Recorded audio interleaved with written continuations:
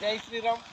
ఈరోజు మీ ముద్దు బిడ్డ రైతు బిడ్డ కొత్త విషయం మీకు తెలియజేద్దాం అనుకుంటున్నా. అందరికీ తెలుసు, కాకపోతే ఇంకా తెలుసుకోవాల్సిన విషయాలు ఏంటంటే, నేను ఈరోజు మా అన్నయ్య గారు ఊరు వచ్చిన. అయితే ప్రకృతి మనకి ఎంత వైవిధ్యమైన సంపదనిస్తుందో చూడండి ఒకసారి. ఆ తాటి ముంజలు మనకి ఎండాకాలం చలువ బాగా చల్లదనంగా ఉంటాయి. తాటి ముంజలు తింటే దాంతో గారెలు చేసుకోవచ్చు, పీచు పదార్థంగా ఇడ్లీలు చేసుకోవచ్చు. అలాగే ఆ తాటి ముంజలు ఎండాకాలం మంచిగా ఒక్కొక్క కన్ను తీసి 40 రూపాయలకి డజన్ లెక్క అమ్ముతూ ఉంటారు. మన సారపాక, భద్రాచలం టౌన్లలో అమ్ముతుంటారు. వాటి వల్ల ఏంటంటే వేడి చేయకుండా చల్లదనంగా ఉంటుంది శరీరం. అలాగే మనకి ప్రకృతి ఇంత విలువైన సంపదనిస్తుంది కాబట్టి ఈ యొక్క చెట్లని అన్నింటినీ మనం రక్షించుకోవాలని కోరుకుంటూ చూస్తూ ఉండండి. ఇంకా ముందుకెళ్తాం. చూస్తూనే ఉన్నారు కదా ప్రకృతి ఎంత మంచి ఫలాన్ని ఇస్తుందో.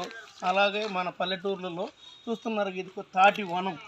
ఈ తాటి వనాన్ని మనం మొత్తం కూడా రక్షించుకొని పర్యావరణాన్ని కూడా రక్షించుకోవాలి. మనం రక్షించుకుంటే రేపటి భావి తరాలకి ఈ తాటి పళ్ళేంటి, ఈ తాటి కళ్ళేంటి, ఈ యొక్క ప్రకృతి యొక్క మాధుర్యాన్ని మనం స్వీకరించవచ్చు.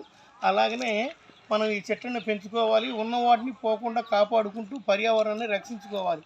రానున్న ముందు తరాల్లో అసలు ముంజకాయ అంటే ఏంటో కూడా తెలియని భావితరం పిల్లలు చాలామంది ఉన్నారు.